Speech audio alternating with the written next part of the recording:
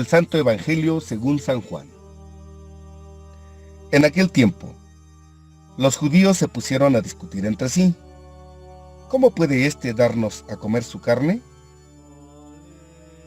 Jesús les dijo: Yo les aseguro, si no comen la carne del Hijo del Hombre y no beben su sangre, no podrán tener vida en ustedes. El que come mi carne y bebe mi sangre, tiene vida eterna, y yo lo resucitaré el último día. Mi carne es verdadera comida, y mi sangre es verdadera bebida. El que come mi carne y bebe mi sangre, permanece en mí y yo en él. Como el Padre que me ha enviado posee la vida y yo vivo por él, así también el que me come vivirá por mí. Este es el pan que ha bajado del cielo. No es como el maná que comieron sus padres, pues murieron. El que come de este pan vivirá para siempre. Esto lo dijo Jesús enseñando en la sinagoga de Cafarnaúm. Palabra del Señor.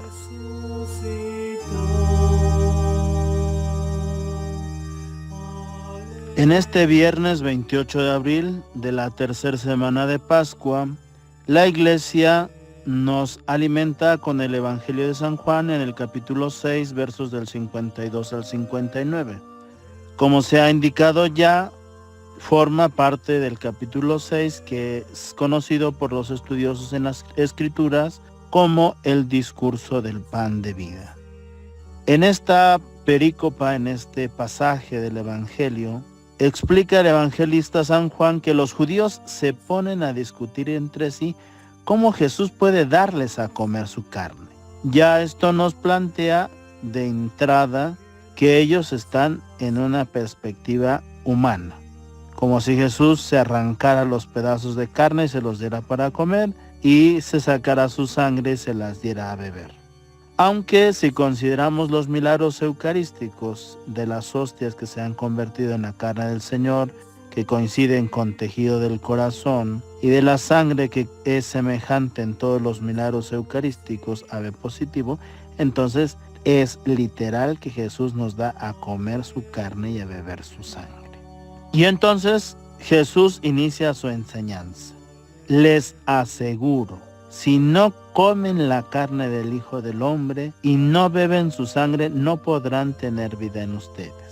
Sería larguísimo extendernos en el título El Hijo del Hombre, pero hace una referencia a la literatura apocalíptica, tanto de Daniel como del libro del Apocalipsis. El Hijo del Hombre que viene sobre las nubes del cielo. Ya está de alguna manera introduciendo el tema de la eternidad, y a la vez, como han explicado los estudiosos, hace referencia a la encarnación. Cristo es verdadero hombre. Continúa la enseñanza: el que come mi carne y bebe mi sangre tiene vida eterna, y yo lo resucitaré en el último día. Entonces profundiza, porque no es solo tener la vida, que ya tenemos la vida que Dios nos ha dado, sino la vida eterna, la vida que no se acaba, la vida que no tiene fin. Y añade que aunque pudiéramos padecer la muerte natural, Él nos resucitará en el último día, en la segunda venida de Cristo, en la resurrección de los muertos, en la parusía. Por lo tanto, la participación en la eternidad vendrá después de ese momento. Otra vez una referencia a la escatología, al fin, a las cosas últimas. Y añade nuestro Señor: mi carne es verdadera comida y mi sangre es verdadera bebida. Si nos fijamos en el adjetivo verdadero, está indicando que el Señor habla desde la verdad. Y entonces Él nos está diciendo lo que es real. Pero no solo se queda ahí, no solo da la vida, no solo da la vida eterna, no solo es la verdadera comida y verdadera bebida. Dice: el que come mi carne y bebe mi sangre permanece en mí. Ese permanecer en Él es habitar en Él, estar con Él, participar de su presencia. Y no solo eso, dice: y yo en Él, es decir, yo permaneceré en Él. es que Dios habite en nosotros. Hay una permanencia de ida y vuelta. Pero añade todavía algo más. Como el Padre que me ha enviado, es decir, la misión de Cristo es el envío del Padre, así el Padre posee la vida, Él es decir, Él es el Dios vivo, Él es la vida, Él es capaz de comunicar la vida, y yo vivo por Él. Es decir, Jesús reconoce que la vida que posee la recibe del Padre.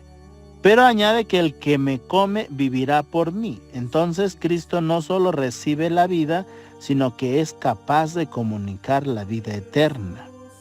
Y va más allá. El pan que ha bajado del cielo no es como el maná que comieron sus padres, pues murieron. El pan bajado del cielo se hace referencia a Él mismo y lo compara con el hecho prodigioso del maná, con el cual Dios alimentaba a su pueblo, precisamente gracias a la intercesión de Moisés. Y con ese pan bajado del cielo, el pueblo en el desierto era capaz de saciar su hambre. Aunque en determinado momento se hastiaron del maná, lo que subraya Jesús es que aunque comieron el maná, el pan bajado del cielo, murieron. Entonces el maná no era capaz de dar la eternidad. En cambio, Cristo es capaz de dar la eternidad. Y lo señala de nuevo. El que come de este pan vivirá para siempre. Esta vida eterna es un vivir para siempre en Dios, unidos a Él, en la vida que Él nos ha dado, en el verdadero alimento que da la resurrección. Y termina el pasaje del Evangelio diciendo: Jesús enseña en la sinagoga de Cafarnaúm. Creo que este pasaje del Evangelio nos debe hacer profundizar en que Cristo nos da a comer su carne y su sangre literalmente. Y nos da vida, vida eterna y resurrección, que es verdadero alimento, que nos da una permanencia, que nos comunica la vida de Dios, que ya no nos permitirá morir, sino vivir para siempre. Ojalá reflexionemos en cómo es nuestra comunión. ¿Qué tanta conciencia tenemos de esto cuando comulgamos? ¿Qué tanto nos preparamos para comulgar dignamente? Pero también, ¿qué tanto enseñamos la necesidad de la comunión? No se trata de pelear, por ejemplo, con nuestra familia porque van a misa y no comulgan. Hay que invitarlos. Siempre debe ser una invitación al banquete de Dios. No debe ser eso motivo de discordia.